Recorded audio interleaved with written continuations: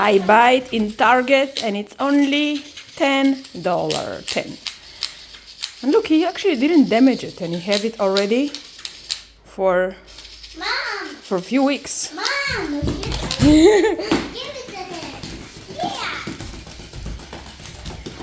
I know you think it's dangerous maybe for small pieces or something, but it's safe from age 3 to kids. So if nothing happened to the kid, what would happen to the dog? Like, I don't know, he biting it, he doing it whatever, and nothing happened. So I don't know, I think he's having fun with this. It's making him very busy and active.